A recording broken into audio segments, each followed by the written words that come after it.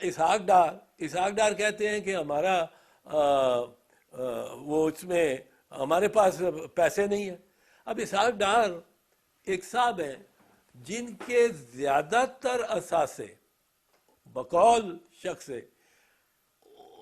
پاکستان سے باہر ہیں.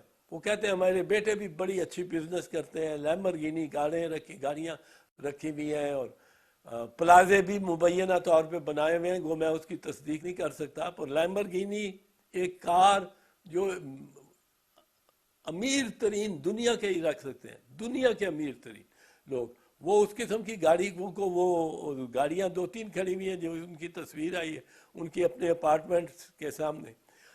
اب وہ کہتے ہیں کہ جی یعنی وہ زیادہ تر ڈالرائزڈ ہے, وہ ڈالرائزڈ ہے. اب ڈالر اگر اسحاق ڈار کی زیادہ اثاثے ڈالر میں ہے تو اس کا مطلب کیا ہوا؟ ڈالر اوپر جاتا ہے تو اسحاق ڈار بھی اوپر جاتا ہے, ڈالر نیچے جاتا ہے تو اسحاق ڈار بھی نیچے جاتا ہے. لیکن اگر ڈالر اوپر جاتا ہے اور اسحاق ڈار اوپر جاتا ہے, پاکستان نیچے جاتا ہے.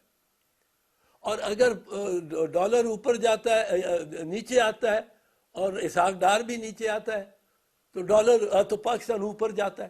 یہ تو سی سو میں ایک دو علیحدہ پلڑوں میں بیٹھے ہوئے ہیں, اسحاق ڈار فائنانس منسٹر اور پاکستان کے عوام اور پاکستان.